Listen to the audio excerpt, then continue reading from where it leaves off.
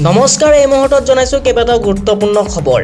প্ৰথমটো খবৰ, ৰাজ্যৰ 20 লাখ মহিলাৰ বাবে ভাল খবৰ। মাহিলী একাউণ্টত সোমাব 1250 টকা, কিন্তু আপোনাৰ থাকিব লাগিব এই বিশেষ নথি। বুধবাৰে ৰাজ্যিক কেবিনেট বৈঠকৰ অন্তত মুখ্যমন্ত্ৰী ডক্টৰ হিমন্ত বিশ্ব শৰ্মাই সম্বোধন কৰে সংবাদমেল। সংবাদমেলত কেইবাটাও গুৰুত্বপূৰ্ণ সিদ্ধান্তৰ কথা সদৰি কৰে মুখ্যমন্ত্ৰীগৰাকীয়ে। মুখ্যমন্ত্ৰী ডক্টৰ হিমন্ত বিশ্ব শৰ্মাই কয়, নতুনকৈ 20 লাখ লোকে লাভ কৰিব অৰুণোদয় আঁচনি।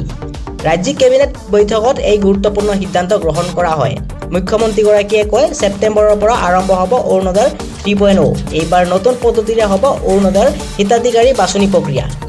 কৰ্তন হ'ব বৰ্তমানৰ একাংশ হিতাধিকাৰীৰ নাম। অৰুণোদয়ৰ বাবে বাধ্যতামূলক ৰেচন কাৰ্ড। ৰাজ্যত 47 লাখলৈ বৃদ্ধি পাব অৰুণোদয় আঁচনি লাভ কৰা হিতাধিকাৰীৰ সংখ্যা। মুখ্যমন্ত্ৰী ডক্টৰ হিমন্ত বিশ্ব শৰ্মাই সংবাদমেলত লগতে কয় যে চৰকাৰে নতুনকৈ 6 লাখ পৰিয়ালক যোগান ধৰিব ৰেচন কাৰ্ড। 7 আৰু 8 আগষ্টৰ পৰা আৰম্ভ হ'ব নিযুত মইনা আঁচনিৰ প্ৰপত্ৰ বিতৰণ প্ৰক্ৰিয়া। এতিয়াৰে পৰা জন্মৰ লগে লগে হস্পিটেলতে নৱজাতকে লাভ কৰিব আধাৰ কাৰ্ড। এইবাৰ চৰকাৰে কৃষকৰ পৰা ধান, সৰিয়হৰ লগতে ক্ৰয় কৰিব মাকৈ। মুখ্যমন্ত্ৰীগৰাকীয়ে লগতে কয় যে কাইলৈৰ পৰা ৰাজ্যত আৰম্ভ হ'ব অমৃত বৃক্ষ আন্দোলন। এইবাৰ 3 কোটি গছপুলি ৰোপণৰ লক্ষ্য বান্ধি লৈছে চৰকাৰে। ৰূপহী বিমানবন্দৰৰ নতুন নাম হ'ব কালিচৰণ বিমানবন্দৰ। পৰৱৰ্তী খবৰ, পেৰিছত কোৱাৰ্টাৰ ফাইনেলত প্ৰৱেশ লাভলিনা। 4 আগষ্টত পৰৱৰ্তী মেচ। পেৰিছ অলিম্পিকত বিজয়েৰে যাত্ৰা আৰম্ভ কৰিলে অসম কন্যা লাভলিনা বৰগোহাঁয়ে। 31 জুলাই বুধবাৰে লাভলিনাই 75 কেজি শাখাত প্ৰতিদ্বন্দ্বিতা আগবঢ়ায়। মেচখনত লাভলিনাৰ প্ৰতিদ্বন্দ্বী আছিল নৰৱেৰ সুনিবা ছপ্টাৰ।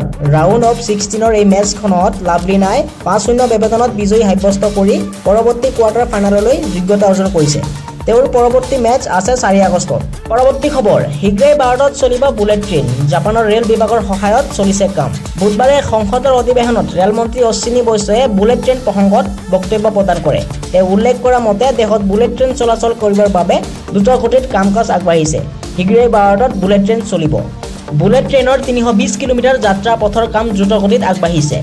অশ্বিনী বৈষ্ণৱে কয় যে বুলেট ট্ৰেইন এটি অত্যন্ত জটিল আৰু প্ৰযুক্তি নিৰ্ভৰ প্ৰকল্প। যাত্ৰীসকলৰ সৰ্বোচ্চ নিৰাপত্তাৰ কথা মনত ৰাখিয়ে জাপানৰ ৰেলৱেৰ সাহায্যত এই প্ৰকল্পৰ নক্সা তৈয়াৰ কৰা হৈছে আৰু ভাৰতৰ পৰিৱেশ তথা চাহিদা অনুসৰি প্ৰকল্পৰ কাম আগবাঢ়িছে। ইয়াৰ সকলো আন্তঃগাঁথনি, বৈদ্যুতিক ছিগনেল, টেলি যোগাযোগৰ কাম সম্পূৰ্ণ হ'লেই বুলেট ট্ৰেইন আৰম্ভ কৰাৰ দিন স্থিৰ কৰা হ'ব। দেশখনৰ প্ৰথম বুলেট ট্ৰেইন চলিব মুম্বাইৰ পৰা আহমেদাবাদৰ মাজত। এই দুয়োখন ঠাইৰ মুঠ 508 কিলোমিটাৰ ট্ৰেকৰ ভিতৰত 320 কিলোমিটাৰ ট্ৰেকৰ কাম কাজ চলি আছে। এই কামৰ মাজতে কিছু বাধাৰ সৃষ্টি হৈছে যদিও এতিয়া সেই বাধা আঁতৰিছে আৰু কাম পুনৰ আৰম্ভ হৈছে।